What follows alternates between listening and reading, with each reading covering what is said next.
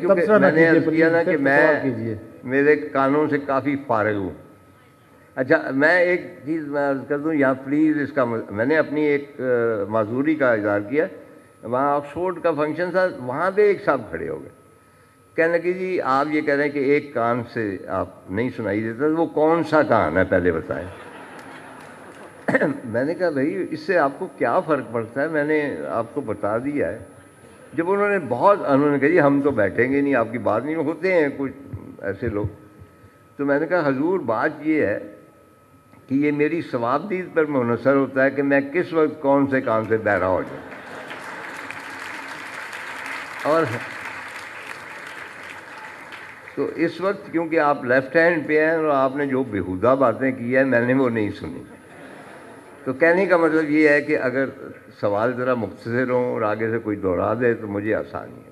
جی please. السلام علیکم سر.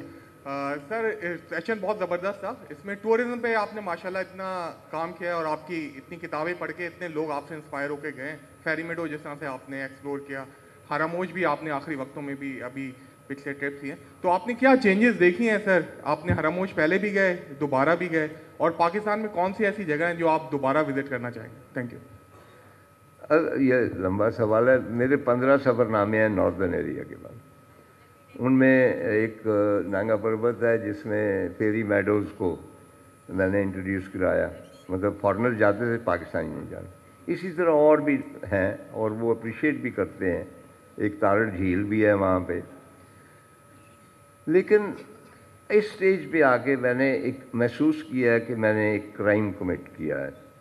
جو دنیا کی خوبصورت ترین چیزیں ہیں ان کو ویسا ہی رہنا چاہیے, ان کے بارے میں نہیں لکھنا چاہیے کہ وہاں وہ لوگ پہنچتے ہیں جو اس کو اپریشیٹ نہیں کرتے, اس کو اسپوائل کرتے ہیں. تو میں جب پیری میڈو گیا تھا تو میں تنہا تھا نانگا پربت کے سامنے, there wasn't anybody there. تو اس کے بعد اب جو ہے 2-3 ہزار بندے وہاں جا رہے ہیں. تو وہ آئی فیل کہ میں I am responsible for that pollution. وہ مجھے نہیں کرنا چاہیے تھا. مجھے جس طرح عشق ہوتا ہے نا اس کا تذکرہ نہیں کرنا چاہیے, تو اسی طرح مجھے اس کا تذکرہ نہیں کرنا چاہیے.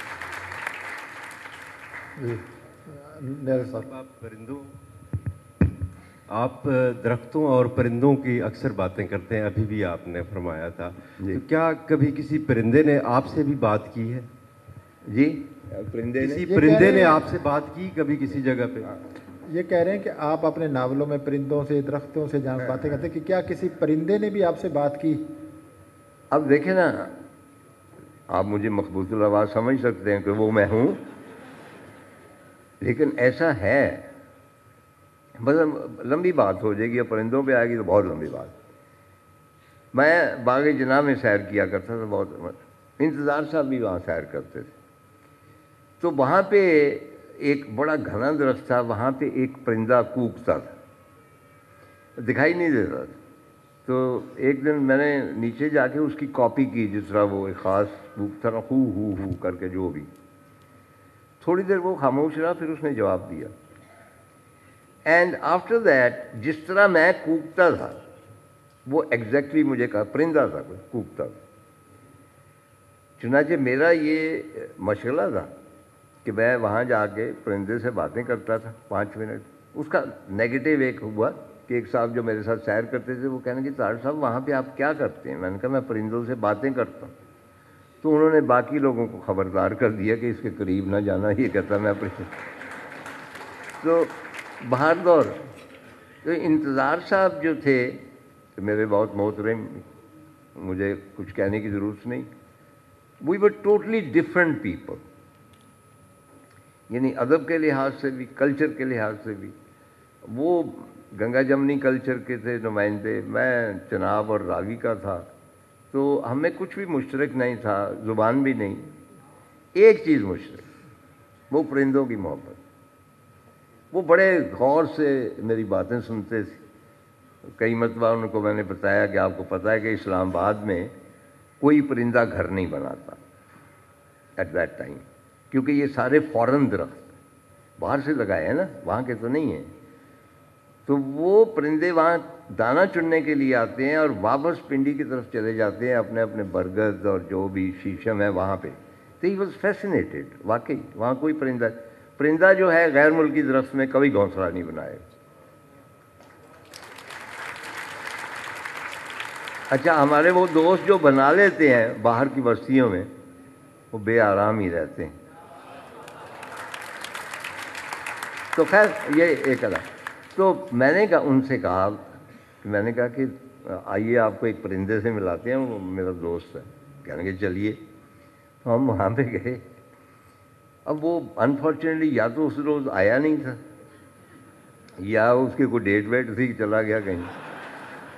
تو میں نے ایک دو دفعہ ہوا کیا تو وہ بولا نہیں. نثار صاحب کہتے ہیں کہ وہ تو بول نہیں رہا. میں نے کہا آپ کی موجودگی کی وجہ سے وہ ذرا خوفزدہ ہے کہ وہ پنجابی پرندہ ہے, آپ اس کے لب و لہجے میں غلطیاں نکال دیں گے. تو انتظار صاحب واز انٹرسٹڈ ان برڈ. ان کی آپ دیکھیں ان کی کہانیوں وغیرہ میں بھی آپ کو پرندے اور جانور ملیں گے, زرد کتے جو بھی ہے. تو میرا وہی جو ہے آپ کا ادب تب تک کمپلیٹ نہیں ہو سکتا جب تک آپ ان میں پوری کائنات کو جس میں یہ ساری. اب دیکھیں نا میں اب کیا بیان کروں کہ وہ جو رسول اللہ صلی اللہ علیہ وسلم آتے تھے ایک خاص مطلب وقت میں ایک خاص رستے میں, تو وہ دیر سے آئے اس روز دربار رسالت میں. کسی نے پوچھا کہ کیا آپ یا رسول اللہ صلی اللہ علیہ وسلم کیوں اتنی دیر ہوئی؟ تو انہوں نے کہا کہ راستے میں ایک کتیا نے پلے دیے ہوئے. جب میں گزرتا تھا تو وہ ڈرتی تھی کہ کہیں یہ شخص مجھے غضب نہ پہنچائے.